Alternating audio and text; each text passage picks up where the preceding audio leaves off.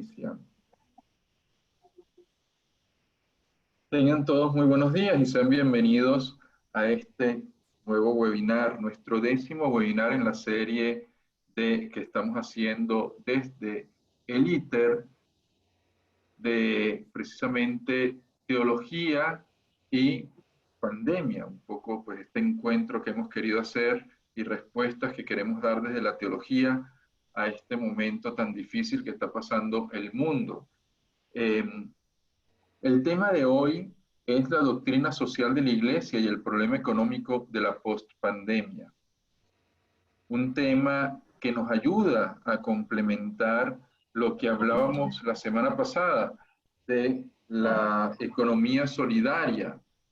Y precisamente, pues para este tema del día de hoy, hemos invitado al doctor Tomás Chacón Santana.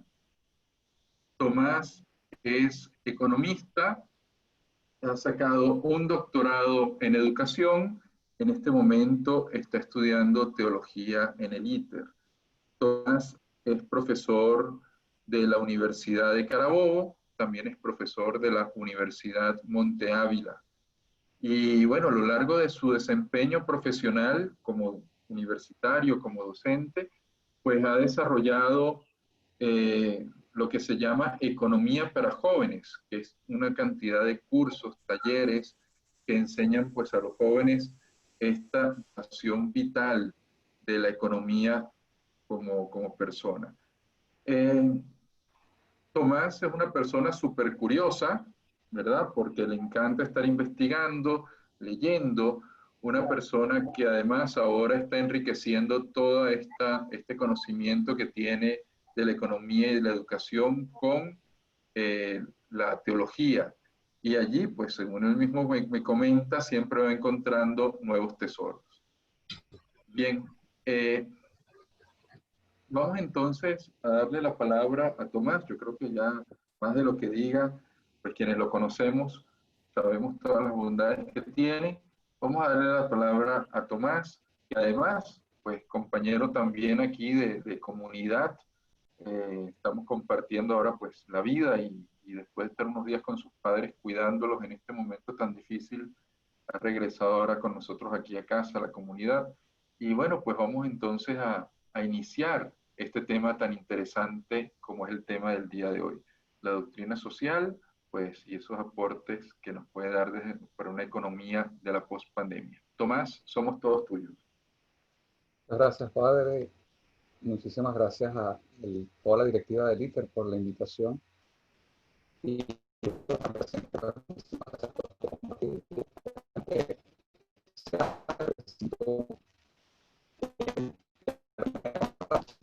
pero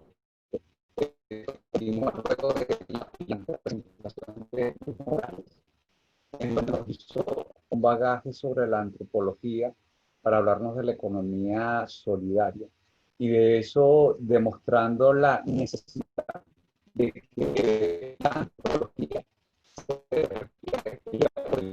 para poder hacer economía, considerando que somos máquinas, de que no somos organismos pensantes, de que somos individuos. Un momento, Tomás. Tomás, no se está escuchando bien. Tomás, no se te está escuchando bien. No se te está escuchando bien. Vamos a ver, a probar. ¿A mí se me escucha bien? Pregunto, ¿se me está escuchando bien a mí? Yo lo ¿Los escucho demás me están escuchando bien? ¿Sí? Laura dice que se escucha bien. Entonces, pues bueno, vamos a hacer algo rápido, aprovechando que estamos en la misma casa, ¿verdad? Vamos a cambiar de computadora, ¿ok? Entonces, pues bueno, yo creo que sería lo más práctico en este momento, porque parece ser que tu computadora tiene algún problemita de sonido, ¿no? Lo único malo es la presentación. Bueno, manda.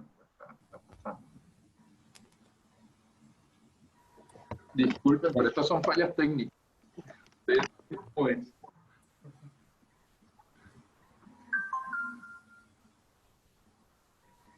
Si quieres, Tomás, intenta, mientras yo llego allí donde estás tú, intenta a ver qué ¿Qué puedes, si se Sí, escucha creo que ahora bien? se está escuchando mejor porque no me está indicando acá abajo que hay problemas con la conexión. Si me verifican, Ah, por ok. favor, si se escucha mejor.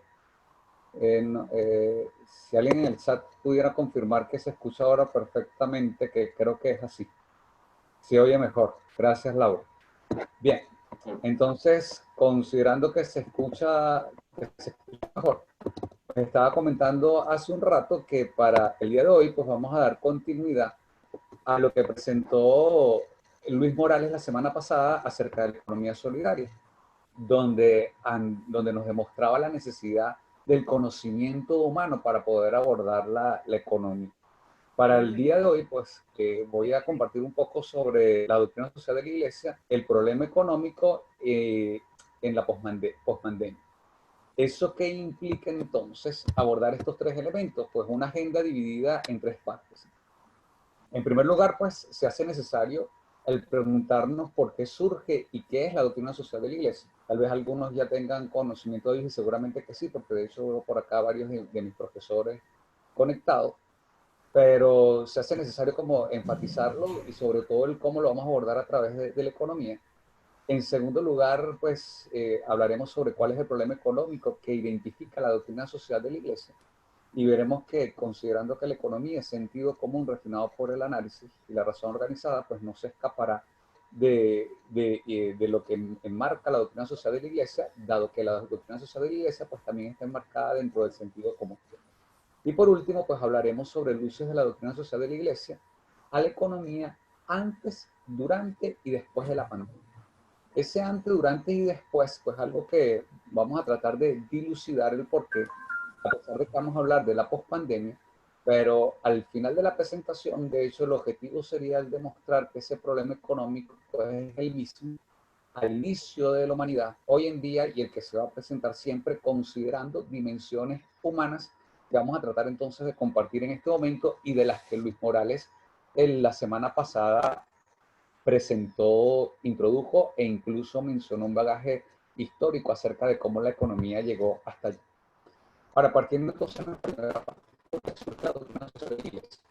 El elemento fundamental entonces que nuestra perspectiva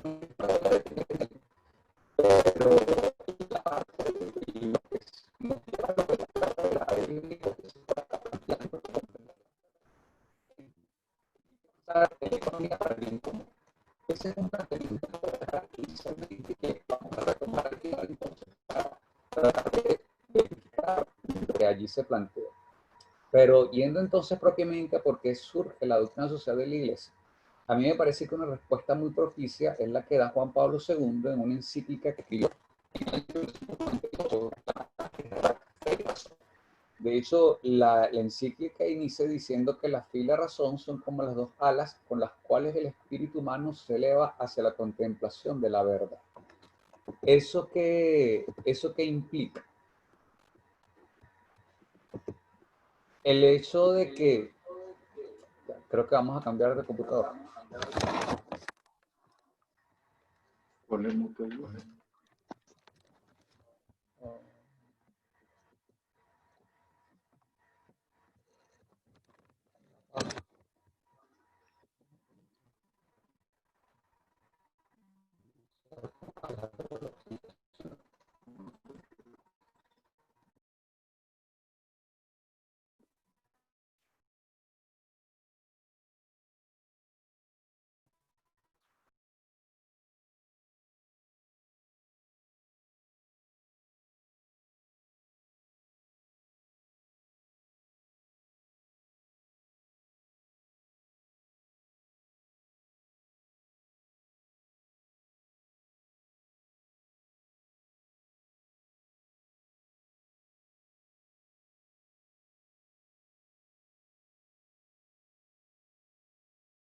Un momentico que estamos aquí arreglando para que tengan las dos computadoras. Creo que el sonido quítaselo de aquí. ¿No tienes el mute aquí? Se escucha, bajan el sonido.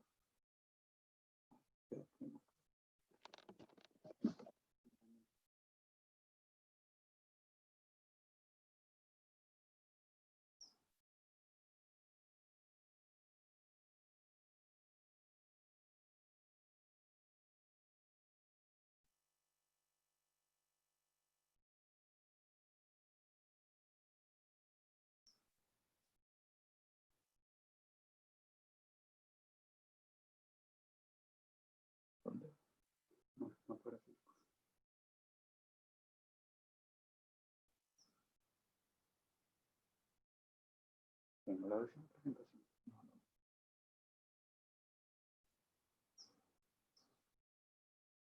Esto es una hora.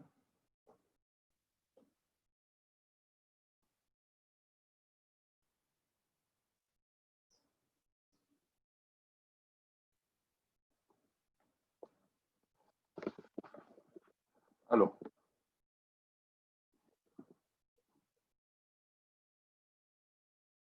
Disculpen, pero son fallos técnicos normales.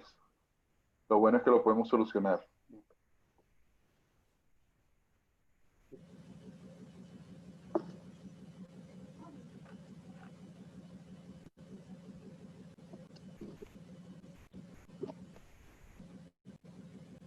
Estábamos comentando hace un rato de que nuestra primera parte va a ser en función a por qué surge la doctrina social de la Iglesia. Y mencionábamos hace un rato que, un primer elemento que vamos a dilucidar acá es partiendo de que nuestra fe es revelada, y eso nos conduce entonces nosotros a pensar o a plantear que si nuestra fe es revelada, entonces comprender la fe revelada del cristianismo permite avanzar en entender la economía o avanzar precisamente en lo que es la economía. Ahora, en medio de eso, pues entonces volvemos a nuestra pregunta inicial. ¿Por qué surge la doctrina social de la Iglesia? Ya, comentaba hace un rato precisamente de que encuentro respuesta en ello en la encíclica de Juan Pablo II llamado Fides et Ratio del año 98, en donde él inicia diciendo que la fe y la razón son como las dos alas con las cuales el espíritu humano se eleva hacia Dios. ¿Eso qué implica? Que el ser humano pues tiene necesidad de fe y de razón para desarrollarse en plenitud. De ahí surge entonces la pregunta, ¿cómo abordar la fe y la razón dentro de la economía? ¿Y cómo puede tener cabida en la economía la fe? Y si no, entonces no es necesaria solo con la razón. De allí el plantearnos, en el anterior, el plantearnos tres cosas entonces fundamentales. Uno, el hecho de que, al surgir la doctrina social de la Iglesia hay un diálogo, hay la necesidad de un diálogo entre la Iglesia y el mundo moderno, elemento fundamental del Concilio Vaticano II. Cómo la Iglesia entonces habla con el mundo moderno. Este mundo entonces que ha cambiado incluso por un sistema económico basado en la industrialización, cómo la Iglesia pudiera entonces desarrollarse, que de eso es lo que da inicio a la doctrina social de la Iglesia en el tiempo moderno, con la encíclica del Papa León XIII, la Rerum Novarum para el año 1891, donde el Papa León XIII busca dar respuesta a lo que estaba sucediendo con la industrialización, e incluso importante acotar que la respuesta que busca dar es diciendo que la solución marxista lo que hace es destruir al mundo. Un segundo elemento entonces es un diálogo, una necesidad de diálogo entre la fe, la razón y la cultura. Y esta necesidad de diálogo es sumamente importante porque si es un diálogo entre fe y razón y de la cultura, pues entonces busca superar la especialización. Una especialización en donde hace que el conocimiento se centre en una parte elemental y olvide entonces que hay un conjunto en donde pudiéramos dialogar, es decir, que si hay un problema económico, pues se requiere de un abordaje filosófico, se requiere de un abordaje teológico, sociológico, se requieren en conjunto de facultades para tratar de encontrar soluciones que nos lleven a nosotros a desarrollarnos como ser humano. Y por último, un elemento fundamental entonces en la doctrina social de la Iglesia y sobre todo para lo que tiene que ver con realidades temporales, es decir, con lo que vivimos como seres humanos en este mundo y no centrados de momento en lo que pueda ir más allá de la muerte, es la cita bíblica de que al César lo que es del César y a Dios lo que es de Dios. Esa es una cita bíblica que Benedicto XVI, siendo el cardenal Ratzinger, ha trabajado sobre la teología política. Y en eso de que al César lo que es del César, pues él ha tratado de manifestar de que hay elementos que son netamente políticos o temporales y hay elementos que son netamente espirituales. Y que diferenciarlo es lo que nos hace a nosotros vivir mejor como sociedad. De ahí entonces el plantearnos nosotros como cristianos el hecho de qué es lo que nosotros podemos aportar sabiendo diferenciar qué le compete al ámbito espiritual y qué le compete al ámbito corporal. Partiendo justamente de lo que dice la doctrina social de la Iglesia, de que una primera dimensión humana es que estamos conformados por cuerpo y alma. Entonces, ¿cómo nosotros logramos dilucidar lo que es del César, lo que es de Dios, lo que pertenece al cuerpo y lo que pertenece al alma, para que se complementen y llegue a ser lo que leímos hace un rato, como que la fe y la razón son las dos alas que elevan el espíritu hacia Dios. Ahora, esto nos hace surgir entonces una gran pregunta. ¿Qué puede aportar la fe revelada del cristianismo a la economía? Y basado en esa pregunta, pues tenemos algo fundamental. Lo que puede aportar la fe revelada del cristianismo a la economía, lo encontramos en dos citas fundamentales, o por lo menos algo en donde hemos tratado de utilizar. Uno, el libro de Isaías 48 y la primera carta de Pedro, capítulo 1, del versículo 23 al 25. ¿Y qué es lo que dice ambas citas? Que la palabra de Dios es aquello que permanece para siempre. Si nosotros nos centramos entonces en lo que permanece para siempre y teniendo un cristianismo entonces enfocado en lo que permanece para siempre, cabe preguntarse qué es lo que permanece para siempre en toda actividad económica. Y si es posible que algo permanezca para siempre en toda actividad económica. Y más que preguntarnos si eso es posible o no, en este momento lo que voy a tratar entonces es de mostrar la reflexión de que en la economía también existe algo que permanece para siempre. De allí que el problema económico a abordar por la doctrina social de la Iglesia de la pospandemia, pues debería ser el mismo el problema económico de esta pandemia actual y de lo que sucedió antes de la pandemia, porque hay algo que permanece para siempre. ¿Eso a qué nos conduce entonces? A adentrarnos propiamente a lo que son los tres valores de la doctrina social de la Iglesia. ¿Y de dónde nosotros vamos a dilucidar esos tres valores de la doctrina social de la Iglesia? Para ello nosotros vamos a partir del compendio de la doctrina social de la Iglesia. El compendio de la doctrina social de la Iglesia, publicado para el año 2004 en el pontificado de Juan Pablo II, donde trataba de recopilar todo lo que se ha armado de la doctrina social de la Iglesia, pues parte obviamente de que nosotros tenemos fuentes de revelación y que en esas fuentes de revelación, que es la que nos dirá qué es lo que permanece para siempre, tanto en lo temporal, es decir, en este mundo, como en el que aspiramos después de la muerte, pues esa fuente de revelación, la primera es la Sagrada Escritura y la segunda es la tradición. Y obviamente que esa tradición, ¿cómo lo vamos a definir por lo menos de momento? Como aquello que permanece en el tiempo y que se transmite de generación en generación y que requiere el ser humano para poder vivir a plenitud. Luego de ello, pues pudiéramos mencionar que al servicio pues, de las Sagradas Escrituras y la tradición, pues está el magisterio de la Iglesia, siendo el magisterio de la Iglesia el Papa en comunión y los obispos en comunión con el Papa. Y con esta fuente de revelación, pues entonces nosotros vamos a dilucidar y qué es del César en la economía y qué es de Dios en la economía. De allí entonces nosotros tendríamos que hacernos un panorama de lo que nos presenta la doctrina social de la Iglesia, como mencioné hace un rato. Obviamente ella se centra en la persona humana, ella se centra en que la persona se forma a partir del encuentro con el otro. Y desde ese punto de vista, pues la doctrina social de la Iglesia tiene tres valores fundamentales que mencionamos hace un rato. Y esos valores son la verdad, la libertad y la justicia. Y de ahí partimos en este momento que en la economía lo que permanece para siempre es la verdad, la libertad y la justicia. Y allí cabe entonces preguntarse, ¿y qué será lo verdadero? ¿Qué será lo que nos hace libre en la economía? ¿Y qué será lo que es justo en la economía? Y ese es el gran desafío entonces de encontrarlo de generación en generación, incluso tratar de encontrar que desde el éxodo encabezado por Moisés, conseguimos elementos que son verdaderos, que dan respuesta al mundo actual desde el punto de vista económico.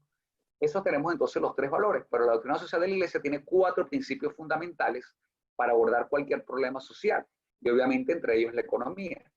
El primer principio de la doctrina social de la Iglesia pues es la persona, el segundo es el bien común, el tercero la subsidiariedad y el cuarto la solidaridad. Sobre esos tres valores y esos cuatro principios pues vamos a tratar de dar explicación acerca de lo que es la economía. Sin embargo, el compendio de la doctrina social de la Iglesia incluso nos da mucho más luces en función a esto y pudiéramos ver que nos presenta con esos valores un diálogo con el mundo moderno al encontrar coincidencias. Porque aquí de hecho, el primer personaje o la imagen que tenemos acá presentada hacia la izquierda es el Premio Nobel de Economía del año 1974, que tiene una frase muy interesante escrita en un libro llamado Fundamentos de Economía, por ahí en el año 54, en donde él dice que para que las viejas verdades permanezcan en las nuevas generaciones, deben retransmitirse de una manera actualizada. Es decir, que ese Premio Nobel de Economía manifiesta que hay una verdad en la economía que permanece en todo tiempo y momento. Cosa entonces que argumenta nuestro planteamiento original tomada de la primera carta de Pedro y del libro de Isaías, en donde entonces nos interrogamos, ¿y qué es eso que permanece para siempre en la economía? O dicho inicialmente, ¿puede haber posible algo que permanezca en el tiempo, en la economía, que sea invariable, que forme parte de lo que es el ser humano? Y entonces tenemos un primer respaldo a partir de Hayek. Hayek es un personaje interesante porque él no fue creyente, él fue agnóstico. Sin embargo, Hayek tuvo una entrevista con Juan Pablo II, y de hecho de esa entrevista que tuvo ese agnóstico con Juan Pablo II, salieron gran parte de las luces de la encíclica de Juan Pablo II llamado Centésimo Annus, una encíclica que escribió Juan Pablo II 100 años después de la Rerum Novarum, que hemos mencionado que la Rerum Novarum es la encíclica que escribió el Papa León XIII para dar respuesta a por qué el marxismo lo que traería era un mal para la sociedad, a pesar de que había que preocuparse por los pobres. Y sobre eso vamos a ir avanzando entonces. Pero de momento estamos tratando de justificar el hecho de por qué entonces una verdad para abordar la economía o descubrir qué es lo verdadero, tal como ha inquietado incluso a un no creyente. Y para eso entonces tenemos otro respaldo de una teóloga, una que ha trabajado con antropología teológica, Mary Douglas, y ella ha abordado algo parecidísimo a Hayek. De hecho, ya estudiando el libro del Levítico y el libro del Éxodo, menciona que hay que diferenciar lo que son mandatos de lo que son leyes para poder encontrar lo que permanece en el tiempo. De hecho, Hayek, en el libro Fundamentos de la Libertad que mencioné hace un rato, también menciona la diferencia entre lo que son mandatos y lo que son leyes. Es decir, que lo que son leyes, de acuerdo a estos dos personajes, uno creyente y otro no creyente, las leyes son lo que permanece en el tiempo, en todo tiempo y cultura. Es decir, que son válidas aquí como en China. Pero los mandatos son elementos culturales que varían en todo tiempo y lugar. Y entonces que el gran desafío es dilucidar cuáles son las leyes que permanecen en el tiempo. Obviamente, Mary Douglas pues aborda que lo que permanece en el tiempo son los 10 mandamientos. De hecho, se dice que la constitución más perfecta del mundo es la que se escribió en las tablas de Moisés, porque en esos 10 mandamientos nos implica a nosotros cómo vivir mejor en sociedad, desde no idolatrar, y el hecho de no idolatrar conduce necesariamente a que las personas no buscan que otro lo provea, sino que satisface sus necesidades con sus propios recursos, o el hecho de no robar, el hecho de no matar, el hecho de no envidiar, son elementos fundamentales para el desarrollo económico necesarios en todo tiempo y cultura. Hay una combinación entonces perfecta entre lo que presenta un teólogo y lo que presenta entonces un no creyente como Hayek, y que reitero entonces Juan Pablo II tomó muy bien en su encíclica del año 91. La imagen que tengo de hecho allí es la de Edith Stein, porque Edith Stein es una santa hoy en día, fue judía, luego atea, luego pasó a la conversión al cristianismo, y Edith Stein como gran filósofa decía que todo aquel que busca la verdad irremediablemente busca a Dios. Y viendo estos personajes como Hayek y como Mary Douglas, que ambos tenían siendo no creyentes, pero llegan a conclusiones que son netamente o que son similares. Ahora, en medio de esto, pues entonces tenemos una primera conclusión, y es el hecho de identificar qué son leyes y diferenciarla de lo que son mandatos. ¿Y por qué buscamos esto propiamente? Porque las leyes entonces en la economía es lo que nos hará permanecer en el tiempo, y ya hemos dicho algunas, habría que entonces actualizarlas. La necesidad de no idolatrar, la necesidad de no robar, la necesidad de no envidiar. De hecho, interesantísimo, y lo menciona el Papa Juan Pablo II en la encíclica Centésimo Annus, que la gran solución marxista encabezada por el mundo soviético de ese entonces, incluso por el nacionalsocialismo del gobierno nazi encabezado por Hitler, tenía como centro la expropiación, y que esa expropiación rompía con el mandamiento de no robar, y al romper con el mandamiento de no robar se va en contra de la naturaleza humana, porque como bien decía el Papa León XIII, solo los seres humanos son propietarios, porque un animal no tiene propiedades, solamente usa las cosas. ¿Y en qué se diferencia usar de ser propietario? Que el que usa no puede intercambiar, el que usa no puede modificar, mientras que el propietario puede modificar lo que tiene, lo puede intercambiar, y cuando lo intercambia es que genera mayor riqueza. Eso manifiesta cosas desde las que se deducen del Papa León XIII, como que nunca hemos visto, por ejemplo, un perro que intercambie con otro perro un hueso por una casa. Sin embargo, el ser humano, cuando va al intercambio, tiene que siempre dar lo mejor de sí. Ahora bien, en medio de esto, entonces, tratando de una introducción de cómo identificar esas leyes, nos preguntamos entonces, ¿y cómo dialogar con el que piensa distinto? Que fue algo que intentó hacer León XIII para el año 1891, y de lo que estamos mencionando incluso con los pontífices actuales. ¿Cómo dialogar con alguien que piense distinto, que considera que pues, eliminar, por ejemplo, la propiedad privada o expropiar es favorable, y otros que consideran que no? Y aquí en medio entonces de la pandemia ocurre cosas interesantes, porque hoy en día tenemos posiciones distintas acerca de cómo abordar la pandemia desde el punto de vista económico. Y ese abordar entonces la pandemia desde el punto de vista económico, pues entonces nos conduce a cómo escuchar al otro que piense distinto para tratar de encontrar lo verdadero. Y pudiéramos mencionar dos posiciones por acá. Una, la de la Organización Mundial de la Salud, y la otra del Premio Nobel de Química del año 2013, Michael Levitt. Eso, para Michael Levitt, el confinamiento, por ejemplo, lo que ha traído son más pérdidas que ganancias, y que no ha recuperado vidas. Para la Organización Mundial de la Salud, el confinamiento lo que ha traído es mejoría. Yo solamente entonces menciono esto, y de hecho, por mencionar, por solamente despertar el hecho de cómo escuchar al que piensa distinto a nosotros. Que incluso ahí la foto de Bill Gates con la del expresidente George Bush, es porque ellos pronosticaron que esta pandemia podía ocurrir. Y sin embargo, mientras lo pronosticaban, poco se prestaba atención para prepararnos ante ello. Y no solamente ellos pronosticaron eso, sino que también revistas científicas sobre epidemiología lo mencionan. Ahora, esto entonces solamente a manera de introducción de cómo dialogar con el que piensa distinto, en un éxito entonces, como mencionamos, que tuvo en su momento Juan Pablo II, al dialogar con alguien que pensaba distinto como Hayek, que era agnóstico, pero que encontraban verdades que pueden resolver problemas humanos. Ahora bien, en medio de esto entonces, de los que piensan distinto y tratando de encontrar leyes y no mandatos, es decir, leyes que permanecen en el tiempo, así como vemos que es tan fundamental la ley de no matar desde los 10 mandamientos y antes hasta ahora, hay otro filósofo también bien interesante llamado Gabriel Zanotti. De hecho, él tiene una fundación llamada Lord Acton. Lord Acton fue un católico del siglo XIX, que de hecho trabajó muchísimo sobre el poder contemporáneo con Tolkien, el Señor de los Anillos, otro católico filósofo.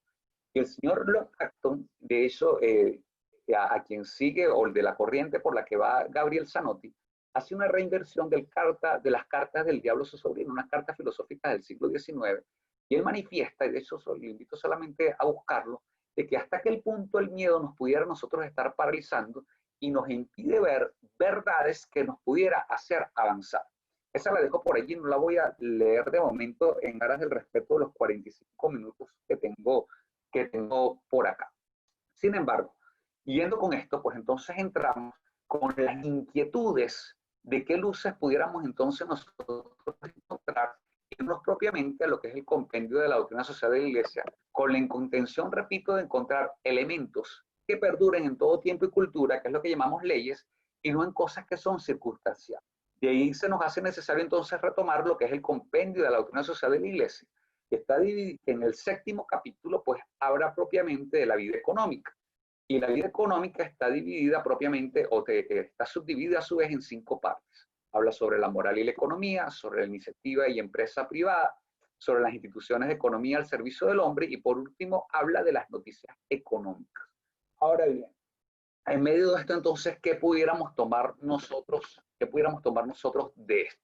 Vamos a centrarnos de momento en dos de los principios de la doctrina social de la Iglesia que aborda ese capítulo 7.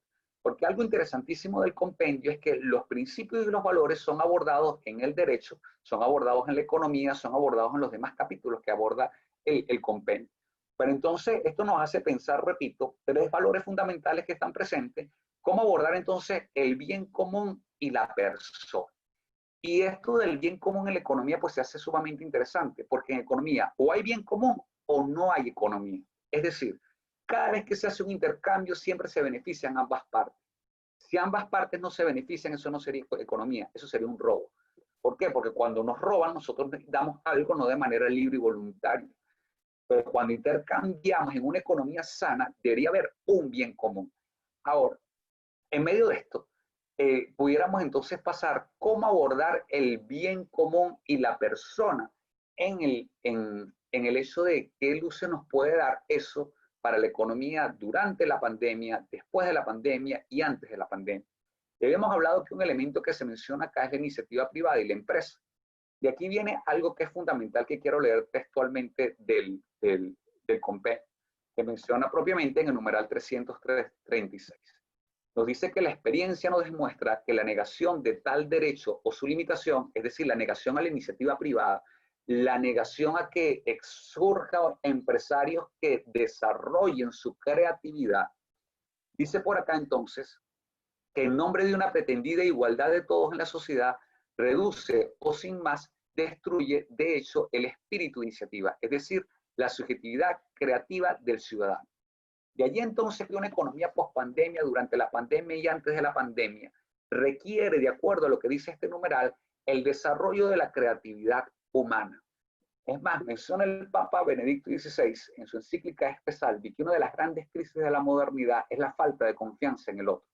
¿Y cómo hay falta de confianza en la economía? Teniendo altos niveles de regulación, no creyendo que el empresario sea capaz de decidir qué se produce, cómo se produce y para quién se produce. Y es precisamente lo que nos está diciendo aquí el numeral 336. Hay que dar cabida para que la creatividad se desarrolle y no que exista otro que te imponga qué hacer. Y eso implicaría entonces la gran necesidad de confiar en el otro. Saber que el otro puede hacer también el bien común y que no es necesario entonces su regulación o su exagerada regulación. Ahora, ahí el numeral 358 en medio de da una complementariedad necesaria a esta iniciativa privada, porque dice por acá, la opción de invertir en un lugar y no en otro, en un sector productivo en vez de otro, es siempre una opción moral y cultural. Y esto es fundamental porque la Iglesia desde el Vaticano II ha buscado necesariamente el diálogo con la cultura. Y si acabamos de decir hace un rato de la importancia de la libre iniciativa, de la libertad de la persona por invertir, ahora se nos está diciendo que esa inversión privada, esa inversión por libre iniciativa, es una opción moral y cultural. Y aquí cabe entonces preguntarse, culturalmente, cómo nosotros podemos tener las inversiones que nos lleven al principio del bien común de la doctrina social de la Iglesia.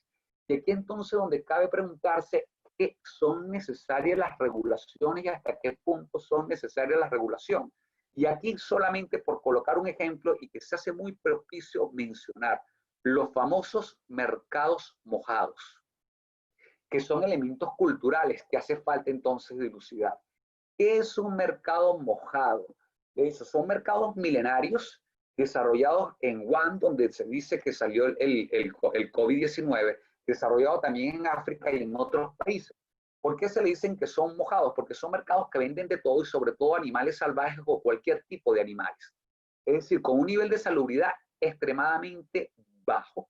Y de paso lo de mojado es porque se lo pasan limpiando las cosas que van cayendo al piso. De hecho, ahí vemos unos ejemplos de esos mercados mojados que pueden vender perros. Ahí es donde se dice que hubo la combinación posible entre el murciélago con otro animal que originó el COVID-19. Es más, se dicen que otros virus ocasionados en la humanidad han venido precisamente de ese mercado, de esos tipos de mercados mojados. Y aquí cabe preguntarse entonces y reflexionar. en función a lo que nos dice el Vaticano II de la necesidad de un diálogo entre la fe, la razón y la cultura que implica entonces ir a la causa primera de las cosas.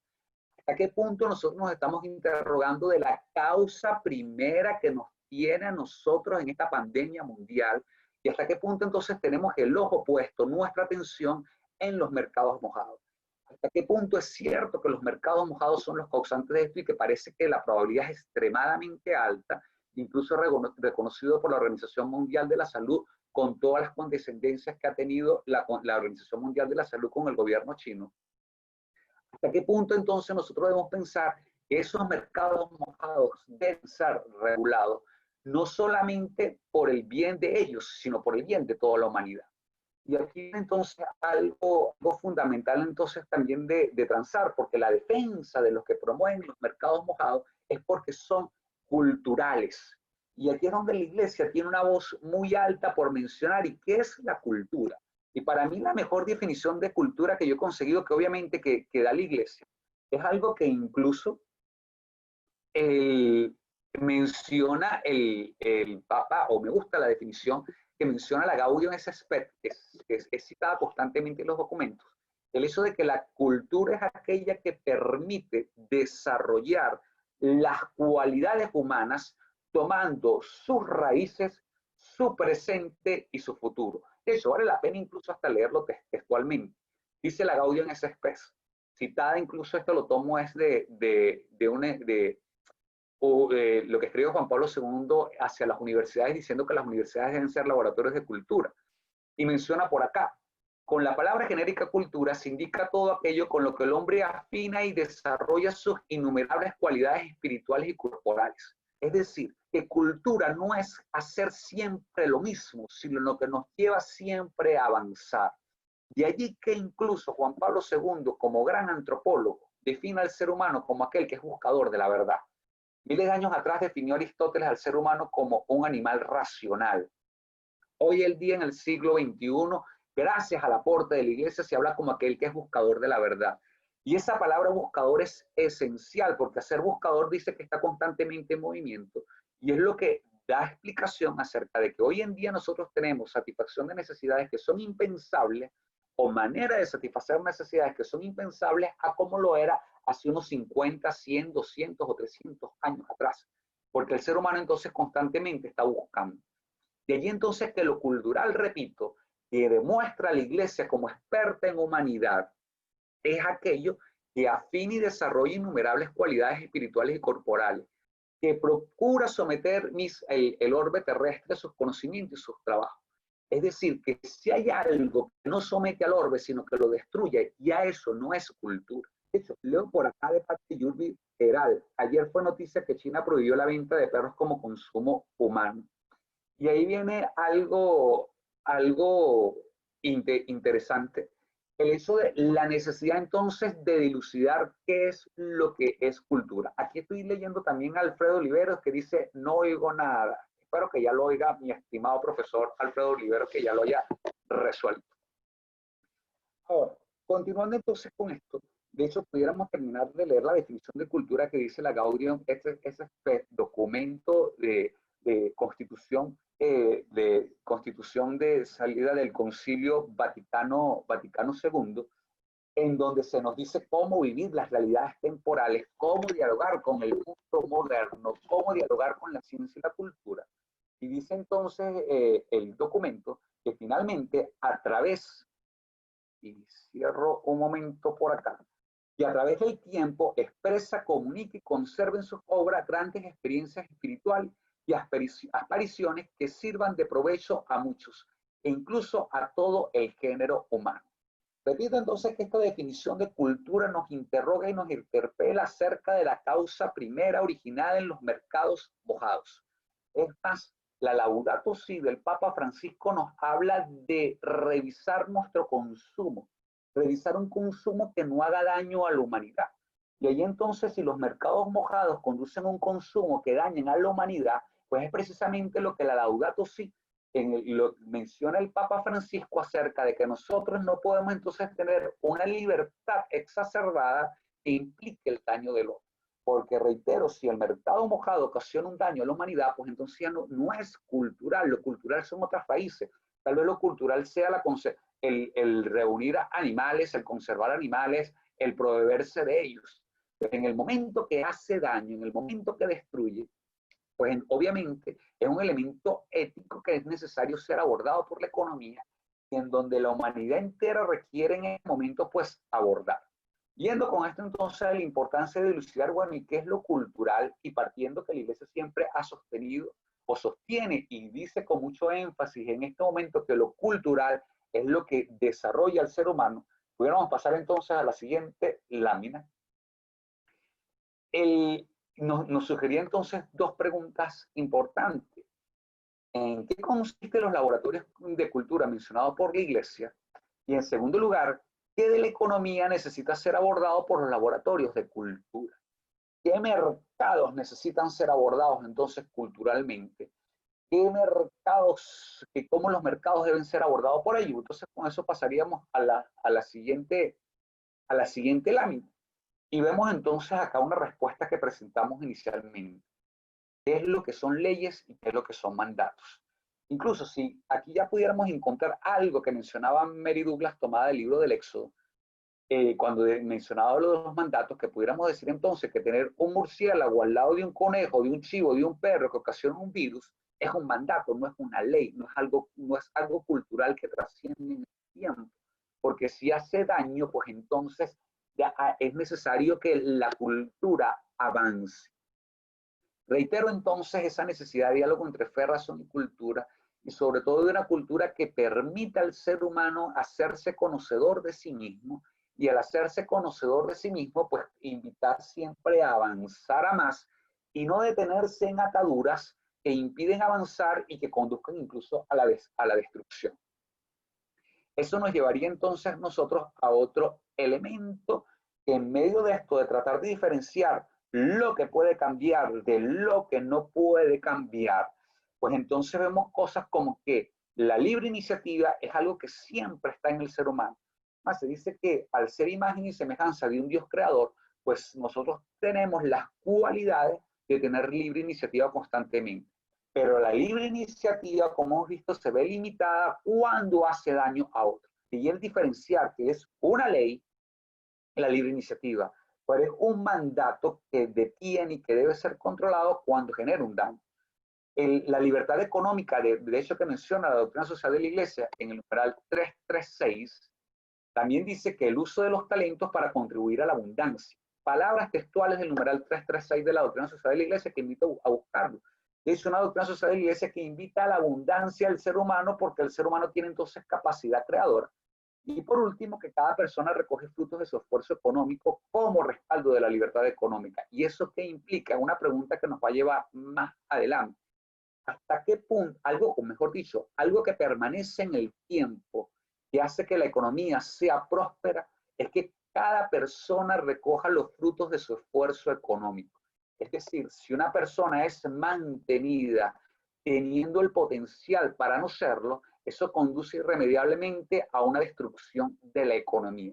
Ese es el gran desafío entonces que nos presenta hoy en día la doctrina social de la Iglesia, de elementos que permanecen en todo tiempo y cultura, que sería entonces esa verdad que habíamos dicho que pudiéramos conseguir, que nos mencionaba la carta de Pedro y el libro de Isaías. Y lo reitero, libre iniciativa por ser imagen y semejanza de un Dios creador, con uso de talentos para contribuir a la abundancia, y aquí nos da muchísima respuesta también el Evangelio de Mateo, cuando menciona la parábola de los talentos, que nos conduce irremediablemente al siguiente capítulo de Mateo de las obras de misericordia, como tratando de reflejar que al desarrollar los talentos es que verdaderamente podemos realizar obras de misericordia para incluso subsidiar a aquellos que no puedan sostenerse por sí mismos, teniendo cuidado de no crear una industria de la pobreza que mantenga constantemente a personas que, pudiendo valerse de sí mismas, están siendo mantenidas, tal cual como lo menciona el numeral 336 del compendio de la doctrina social de la